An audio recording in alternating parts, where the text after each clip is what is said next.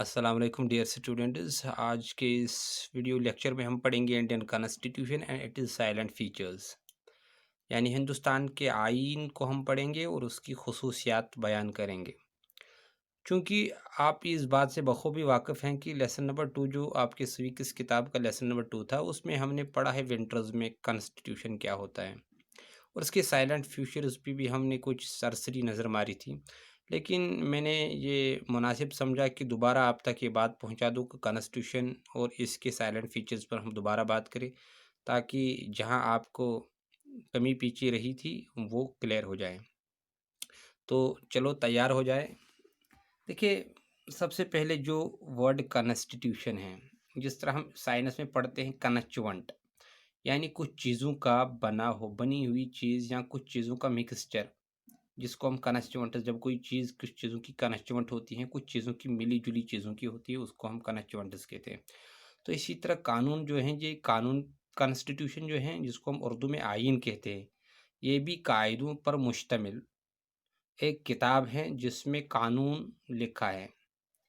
जिसमें कानून किस बात पर, किस इंसान को या किस स्टेट को कौन से पावर्स देती है, वो कानून में लिखा है। और जो कॉन्स्टिट्यूशन है, जिसको हम आइन कहते हैं, इसकी सुपरमेसी हिंदुस्तान में है। सुपरमेसी, ये सुप्रीम बॉडी है और जितने भी दफातर हिंदुस्तान में चलते हैं, जितने भी इंस्टीट्यूशन हिंदुस्तान में रन होते हैं, चाहे वो प्रेसिडेंट का ऑफिस हो, चाहे वो पार्लियामेंट हो, चाहे वो प्राइम मिनिस्टर हो, चाहे वो कैबिनेट हो, चाहे वो म्यूनसिपल कॉरपोरेशंस हो, चाहे वो डीसी हो, चाहे वो डिस्ट्रिक्ट प्लानिंग हो, चाहे वो पंचायत हो, चाहे वो directive principle of state policy हो, या सिटीजनशिप हो, या फंडामेंटल राइट्स हो, या अमेंडमेंट प्रोसीजर हो, जितने भी या सुप्रीम कोर्ट के पावर्स हों, सब का सब कानून में, इस कॉन्स्टिट्यूशन में उनके पावर्स लिखे गए हैं। कॉन्स्टिट्यूशन में सब कुछ लिखा गया है। जितनी भी कॉन्स्टिट्यूशनल बॉडीज़ हैं हिंदुस्तान में, चाहे वो इलेक्शन कमीशन है, चाहे वो फाइनेंस कमीशन है, चाहे कोई भी कमीशन है, चाहे कोई भी बॉडी, जितने भी इंस्टीट्यूशन हिंदुस्तान में रन करते हैं, उनका डेरिवेटिव पावर जो उनका है, उनके जो पावर्स हैं, they are derived from the constitution है। They are constitution is the derivative of the powers of all the institution running in the country. India में जितने भी इंस्टीट्यूशन रन होते हैं, उनके पावर्स कॉन्स्टिट्यूशन ही से निकलते हैं। यानी कॉन्स्टिट्यूशन उनके पावर्स का, उनके ताकत का मंबा है, जहाँ से ये सब पावर्स निकलते हैं। तो कॉन्स्टिट्यूशन को हम सुप्रीम लॉ मेकिंग बॉडी कह सकते, लॉ मेकिंग नहीं, सुप्रीम डॉक्यूमेंट कह सकते हैं। Supreme sanctified, legally sanctified document इसको कह सकते हैं, जो कुछ बुनियादों पर, जो कुछ प्रिंसिपल्स की बुनियाद पे चलता है। ठीक है। यानी अभी हम सिंपल वर्ड्स में, जिस तरह हम तीसरी चौथी जमात में हम पढ़ते हैं, या पांचवी जमात में, constitution is a set of rules and regulation, इस तरह मैं लिखूंगा, a set of rules and regulations, regulations according to which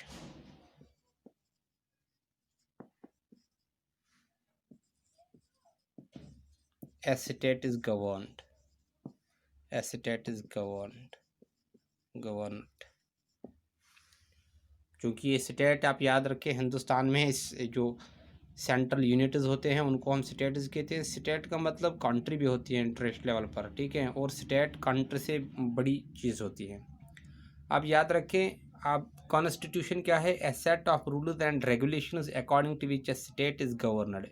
इतना ही नहीं, ओनली स्टेट नहीं है, हम ये भी लिख सकते हैं according to which a region, a state, a province और ए नेशन इज गवर्नड। ये सब कुछ, प्रोविंस हो, रीजन हो, ये सब स्टेट में आते हैं। तो ये बात आपको क्लियर होगी कॉन्स्टिट्यूशन किसे कहते हैं। अब इंडियन कॉन्स्टिट्यूशन के फीचर्स हम पढ़ेंगे, यानी इसकी खुसूसियात क्या है, उन पर हम थोड़ी सरसरी नज़र मारेंगे। पहले फीचर्स में इधर लिखूंगा, ये आपने लिखा है ये कॉन्स्टिट्यूशन। अब इसको मैं इरेज करूंगा, इसके बाद में फीचर्स पे बात करूंगा। देखिए, फर्स्ट फीचर मैं इधर लिखूंगा, फर्स्ट फीचर है फीचर्स। पहला फीचर हिंदुस्तान के कॉन्स्टिट्यूशन का, यानी पहली खुसूसियत इसकी, इसकी एक खुसूसियत ये भी है, कहते हैं कि when world Indian constitution is made by ranking the world constitutions, यानी Indian constitution is made by ranking world constitutions.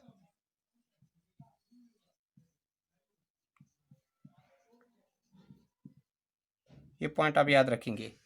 Indian constitution is made by ranking world constitution, यानी वर्ल्ड के जितने भी कॉन्स्टिट्यूशन, चाहे इंग्लैंड का हो, चाहे फ्रांस का हो, चाहे जर्मनी का हो, चाहे वो कनाडा का हो, चाहे वो रशिया का हो, चाहे अमेरिका का हो, चाहे इंग्लैंड का हो, चाहे स्कॉटलैंड का हो, चाहे आयरलैंड का हो, इन सब कॉन्स्टिट्यूशंस में क्या किया गया, उनको तहस नहस करके, यानी उनको इधर इधर फिर के जितने भी मैन प्रिंसिपल्स इनमें अच्छे थे, जो हिंदुस्तान की मल्टी डाइवर्स कंट्री के लिए मुनासिब थे, वो चुने गए और उनको बारो किया गया। इसलिए हम ये भी कह सकते हैं Indian constitution is bag of borrowings. Indian constitution is bag of बारोइंग्स।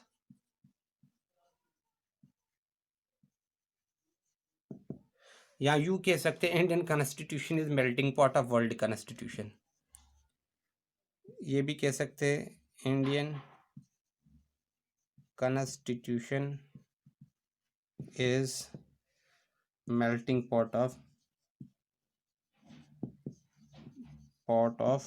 माफ कीजिए, पॉट नहीं, पॉट मटका, पॉट ऑफ वर्ल्ड कॉन्स्टिट्यूशंस।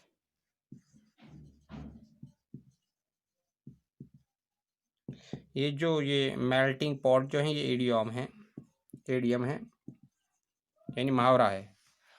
यानी इसका मतलब जिसको हम इंग्लिश में सिंथेसिस कहते हैं, यानी डिफरेंट चीज़ों से बनी हुई कोई मिक्सचर। क्योंकि हिंदुस्तान का कॉन्स्टिट्यूशन है, जितने भी ममालिक हैं उन कॉन्स्टिट्यूशंस के मैन फीचर्स को चुरा के ही लाया गया कहूँगा मैं, और हिंदुस्तान की कॉन्स्टिट्यूशन को बनाया गया। इसलिए इंडियन कॉन्स्टिट्यूशन को कहते हैं melting pot of the world constitution, या इट हैज़ बीन मेड, जैसा मैं ऊपर लिख चुका हूँ, Indian constitution is made by ranking world constitution, और Indian constitution is bag of borrowings. यानी फर्स्ट फीचर इसका ये है कि इट इज़ बारोड कॉन्स्टिट्यूशन। और बारोइंग में हमने क्या ला, ये पॉइंट में इधर लिखूंगा, I will write here what India has borrowed from other countries.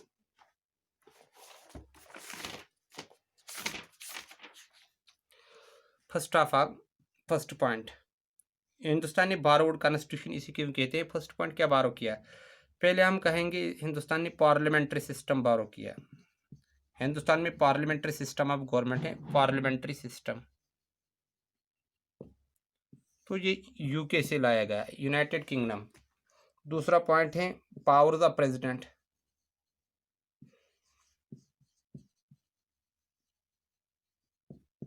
ये अमेरिका से लाए गए, यूएसए से।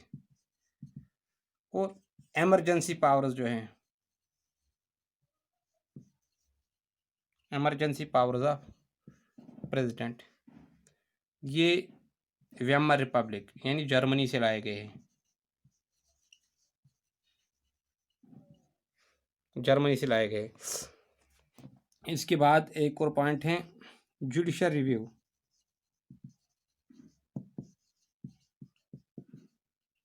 यानी जब अदालतें मुदाखलत करती हैं कि कोई गवर्नमेंट द्वारा, एग्जीक्यूटिव लेजिस्लेचर द्वारा कोई ऐसा लॉ बनाया गया हो, कोई ऐसा काम किया गया हो जो लोगों के फंडामेंटल राइट्स के खिलाफ हैं, तो जुडिशियल रिव्यू गालिबन 132 आर्टिकल के अंडर जुडिशियल रिव्यू ये पावर हैं अदालतों को कि वो गवर्नमेंट को मजबूर करके किसी भी कानून को रिवोक करा सकती हैं जो लोगों के फंडामेंटल राइट्स के खिलाफ जाता है। कोई भी फंडामेंटल राइट हो, राइट टू लिबर्टी हो, कोई भी एक्सप्लॉयटेशन हो, या रिलीजन रिलेटेड कोई ऐसा हो, तो ये जुडिशियल रिव्यू का कानून ये हम कहेंगे कि हिंदुस्तान के कॉन्स्टिट्यूशन में, क्योंकि इस पर मज़ीद हम बात कर सकते, लेकिन न हिंदुस्तान का कॉन्स्टिट्यूशन में न पार्लियामेंट्री सॉवरेंटी, याद रहे पार्लियामेंट्री सिस्टम का मतलब ये नहीं कि Indian parliament is too supreme and sovereign that Indian courts have no rights, but neither Indian courts have two rights nor parliament is too supreme, but both have been made given powers on the basis of compromise। यानी ना parliament ही कोई, जिस तरह England में हम बात करें, England की बात करें तो इंग्लैंड में पार्लियामेंट फाइनल है, उसकी पावर एब्सोल्यूट है, जो वो डिसीजन देगी वो फाइनल डिसीजन होता है। लेकिन ऐसा नहीं है, यहाँ पर पार्लियामेंट जो करेंगी उसके बाद उसको कोर्ट्स देखते हैं। यानी अमेरिका के सिस्टम, वहाँ पर कोर्ट्स हाई फाई हैं, तो इंग्लैंड में पार्लियामेंट सब पावर्स हैं, लेकिन हिंदुस्तान में ना पार्लियामेंट को उतने पावर्स हैं, न बल्कि दोनों को लिमिटेशन, दोनों पर लिमिटेशन रखी जाती हैं। यानी अदालतों को भी पावर है अपने, और पार्लियामेंट को, ना पार्लियामेंट ही ज़्यादा सुप्रीम है, ना जुडिशरी ही ज़्यादा सुप्रीम है, बल्कि कॉम्प्रोमाइज़ इनका दोनों को बैलेंस है, पावर बैलेंस में रखा गया। ना उनको इतने मजीद पावर दिए गए हैं कि ओवरराइड पार्लियामेंट को करे, ना पार्लियामेंट को इतने पावर ज़्यादा हैं कि वो जुडिशरी का कहना ही ना माने। तो याद रखें, तो हिंदुस्तान का सिस्टम इन दोनों का सिंथेसिस है, अमेरिका और इंग्लैंड का। इस तरह फिफ्थ पॉइंट जो हमारे यहाँ है वो है फेडरेशन विद स्ट्रॉन्ग सेंटर। ये कनाडा से लाया गया है। इस तरह यहाँ जो हमारे यहाँ कनकरेंट लिस्ट, इन पर हम मज़ीद बात करेंगे अगर खुदा ने चाहे। Concurrent list, union list, 3 list होते हैं जिन पर लॉ बनाए जाते हैं। एक तो कनकरेंट होता है, एक तो यूनियन लिस्ट होता है, एक तो स्टेट लिस्ट होता है। कनकरेंट लिस्ट ऑस्ट्रेलिया से लाए गए हैं। और 7th, जिस पर हम बाद में बात करेंगे, अमेंडमेंट प्रोसीजर, यानी कॉन्स्टिट्यूशन में नई तरमीम किस तरह करनी है, तो ये हमने अफ्रीका से लाया है, एस अफ्रीका। यस, समझ में आया? ये कोई नाम नहीं, साउथ अफ्रीका। यहाँ इधर आपने ये सब कुछ लिखा। अब मैं कुछ और पॉइंट्स, उसके बाद हम जाएंगे साइलेंट फीचर्स पर। ये बारोड पॉइंट्स हैं, यानी क्या क्या बारो करके लाए हैं, ठीक है। डायरेक्ट प्रिंसिपल्स,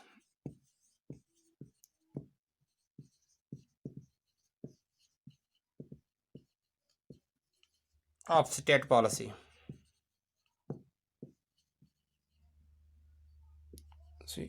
ये आयरलैंड से लाए हैं। इसी तरह 8वां पॉइंट जो बारोड, पहला ही पॉइंट अभी मैं डिस्कस कर रहा हूँ, जो हमारे यहाँ 8वां पॉइंट है वो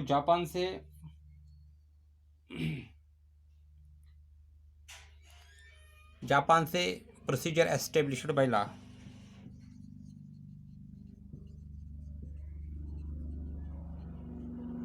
प्रोसीजर एस्टेब्लिश्ड बाय लॉ, यानी जो कानून है, कानून ने क्या शराइत रखे हैं। अगर हम सस्पेंड करेंगे लिबर्टी, तो उसके लिए कानून ने क्या शराइत रखे हैं, क्या एमरजेंसीज में लोगों के जो फंडामेंटल राइट हैं, राइट टू लिबर्टी, क्या वो सस्पेंड हो सकेंगी कि नहीं हो सकेंगी, इस पर हम मज़ीद जानकारी के साथ बात करेंगे इंशाल्लाह।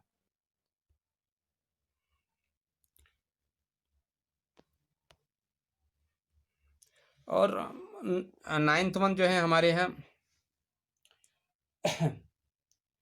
जो हमने फ्रांस से लाया है, रिपब्लिक।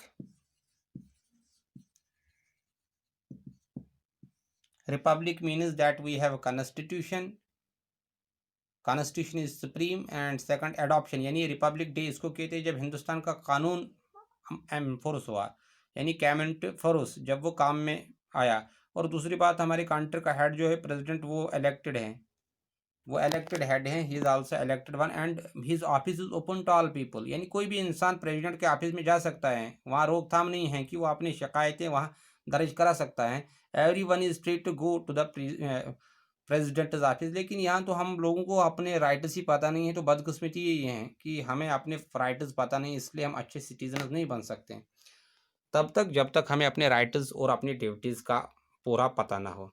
अब ये पॉइंट्स आ गए। अब दूसरा साइलेंट फीचर जो हमारे कॉन्स्टिट्यूशन का है, दूसरा साइलेंट फीचर ये था, ये मैंने जो पॉइंट्स डिस्कस किए, ये बारोड ये थे, बारोड प्रिंसिपल्स।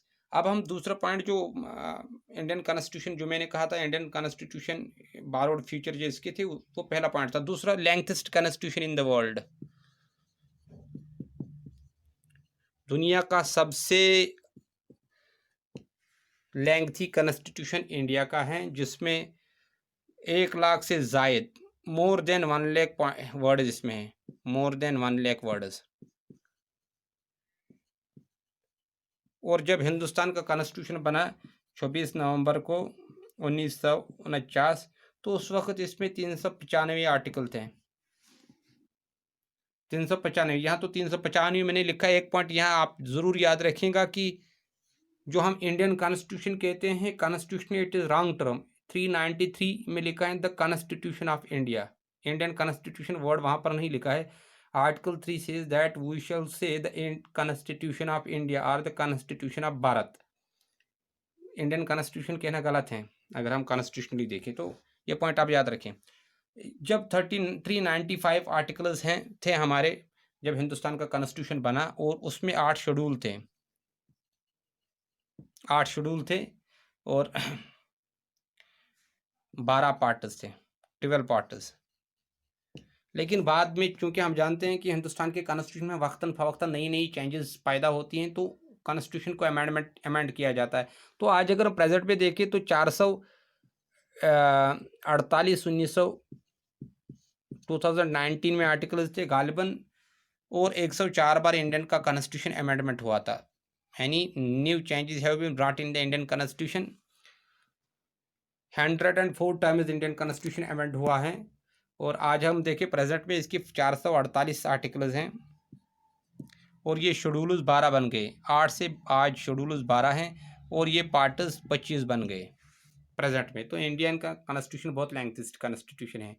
तो इसके बरक्स अगर अमेरिका का देखें तो अमेरिकन कॉन्स्टिट्यूशन में सिर्फ 7 आर्टिकल्स हैं, only 7 articles in American constitution.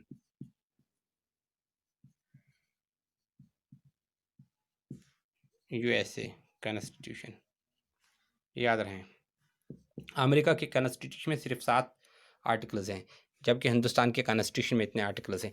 ये दूसरा पॉइंट। अब तीसरा पॉइंट, सिंगल सिटीजनशिप।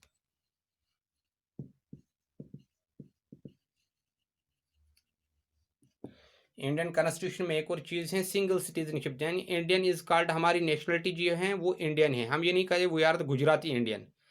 किताबों में या डॉक्यूमेंट्स में कहीं ये नहीं दिखेगा कि हम कहेंगे कि राजस्थानी इंडियन, गुजराती इंडियन, फलां इंडियन, मोम्बियन इंडियन। लेकिन इसके बरक्स अगर हम अमेरिका में देखें तो वहाँ पर डबल सिटीजनशिप है, वहाँ स्टेटस का अलग, कॉन्स्टिट्यूशन है अलग। यानी अमेरिका में हम कहते हैं ही इज़ जर्सियन या he is Peninsulian American, he is Georgian American. तो ये चीज़ें हम कह सकते हैं। लेकिन हिंदुस्तान में सिर्फ नेशनलिटी इंडियन है, इंडियन सिंगल सिटीजन इसी को कहते हैं। यानी हिंदुस्तान का नागरिक स्टेट का नागरिक नहीं, बल्कि वहाँ पर स्टेट और सेंटर का एक ही कॉन्स्टिट्यूशन है। इसलिए हिंदुस्तान का कोई भी शहरी जो है, कोई भी सिटीज़न जो है, ठीक है, कोई भी सिटीज़न जो है वो सिर्फ इंडियन है। गुजराती हिंदुस्तान के कॉन्स्टिट्यूशन में इसका जिक्र ही नहीं है, क्योंकि इंडियन कॉन्स्टिट्यूशन में।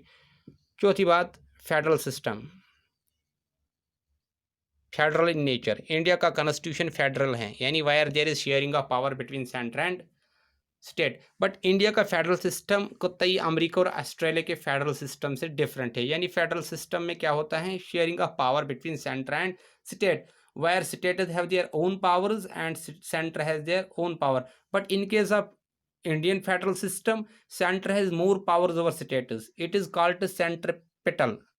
अगर आप क्या कहते हैं, अगर आपने क्या कहते हैं फिजिक्स पढ़ा होगा, या फिजिक्स में आप सेंट्रिपेटल फोर्सेस या सेंट्रीफ्यूगल फोर्सेस कहते हैं। Indian constitution centripetal in nature, और Indian constitution is called quasi federal system, it is called federal in nature and unitary in spirit. ठीक है, यानी हिंदुस्तान में जो कुछ चलता है वो सेंट्रल गवर्नमेंट का ही चलता है। गर्ची स्टेट्स अपने पावर्स जस्ट करते हैं, लेकिन अगर स्टेटों ने कोई ऐसा लॉ बनाया जो सेंटर के लॉ से टकराएगा, तो वहाँ सेंटर का लॉ लीगल समझा जाता है और स्टेटों के लॉ को छोड़ दिया जाता है। ये एक बात है, यानी Indian federal system is centripetal in nature. एक और बात यहाँ मैं लिखूंगा,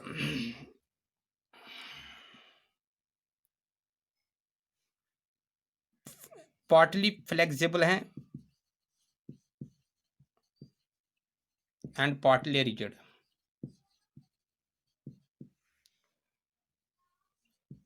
ये क्या हुआ, what does it mean, partly flexible and partly rigid.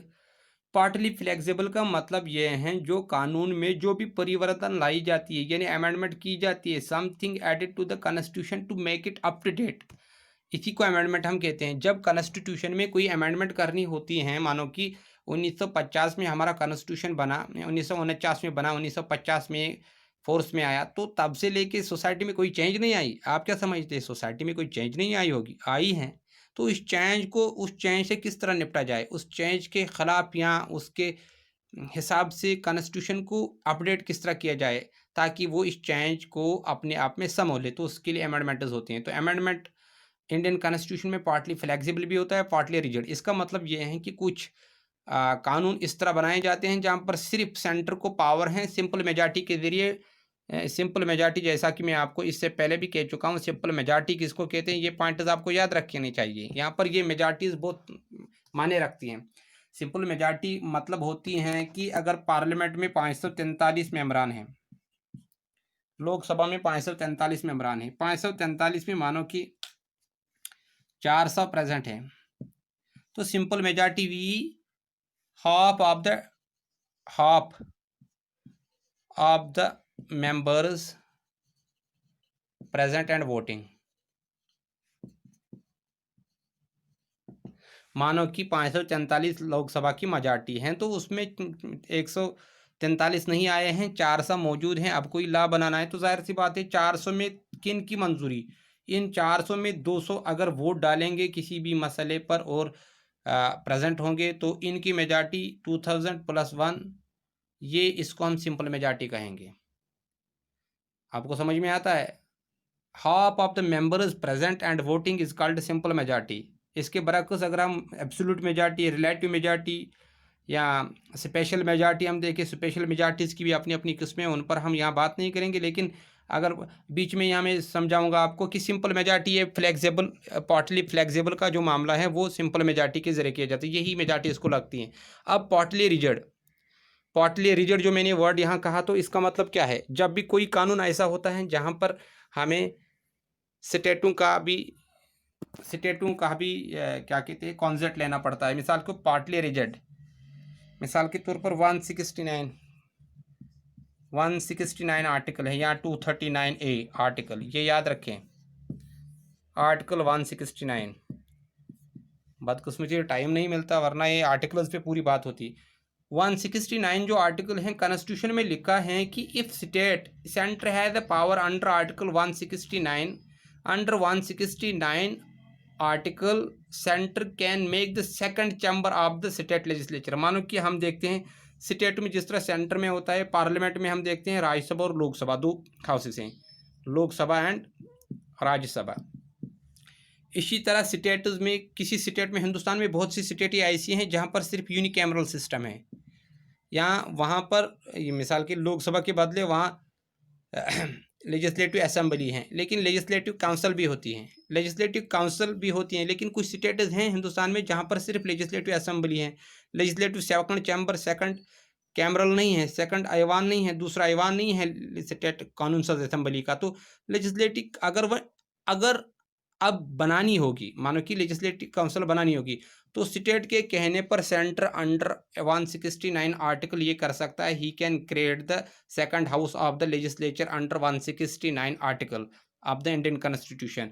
इसमें क्या लगता है, इसमें स्पेशल मेजॉरिटी लगती है, स्पेशल, इसी को हम कहते हैं जो पार्टली वर्ड रिजिड हैं। इसलिए इन चीज़ों को, वर्ड तो बहुत आसान होता है लेकिन इसके पीछे फिलासफी बहुत खतरनाक होती है। आप ये मत समझिए हमने पढ़ा पार्टली फ्लेक्सिबल, पार्टली रिजिड, बहुत बड़ा, असल में प्रैक्टिकलिटी में ये चीज़ें आपको समझ में आनी चाहिए ताकि मज़ीद ये इल्म बाकियों तक भी पहुंच सके।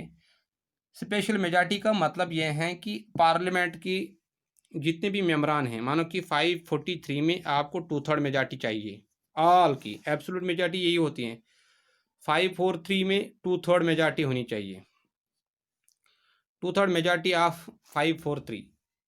इनमें जितने भी प्रेजेंट होंगे, माफ़, ये याद रखें, इनमें जितने भी प्रेजेंट होंगे उनकी 2/3 मेजॉरिटी, मानो कि 400 यहाँ भी, तो आपको 2/3 मेजॉरिटी चाहिए, 2/3 मेजॉरिटी का 400 क्या हुआ, 2/3 इंटू 400, ये याद रखे, 3 1 जार 3 3 1 जार 3, एक यहाँ 3 3 जार 3 3 जार 133, इसका मतलब हुआ लगभग 267 आउट ऑफ 400, 267 आपको वोट डालने चाहिए सेंटर में, तब जाके ला बन सकता है। इसी तरह स्टेट में, अगर स्टेट में इतनी स्ट्रेंथ है स्टेट की, तो इसका भी 66% वोट डालना चाहिए, 2/3% ऑफ 100।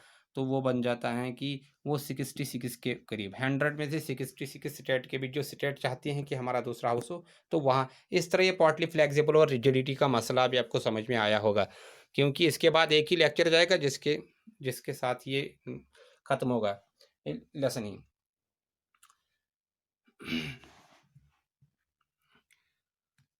इस तरह रिपब्लिक है, पब्लिक है, सॉवरिन है, ये चीज़ें आपको मैं पहले भी बता चुका हूँ। लिबर्टी है, सुपरमेसी ऑफ कॉन्स्टिट्यूशन है, इंडिपेंडेंस ऑफ जुडिशरी है, जुडिशरी,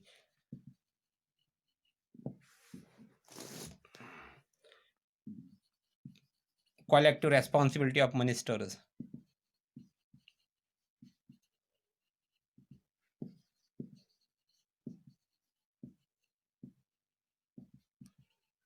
और प्राइम मिनिस्टर, और इसको हम कहेंगे prime ministerial government, prime ministerial government भी कह सकते हैं इसको। तो फर्स्ट ऑफ रिपब्लिक जो मैं पहले ही कह चुका हूँ, India has it is constitution, it has adoption of constitution on 26th of January 1950, that is why it is called republic. Second, the republic means our country's head, that is president is the head of the nation, and his office is open to all people. Every person is allowed to go to the office of the president. There is no restriction on it. And second, sovereign, we are not under any country, we are sovereign, we have extreme rights to make the law for our own country. Liberty, we have freedom to do whatever we want, but our actions should not harm others. Supremacy of constitution, whatever institution come in India runs, all its powers come from the constitution. Constitution is the source of the all powers of the country. And independence of judiciary, judiciary are not under executive or legislative, it is an independent body and it takes its decisions independently without if legislature, अगर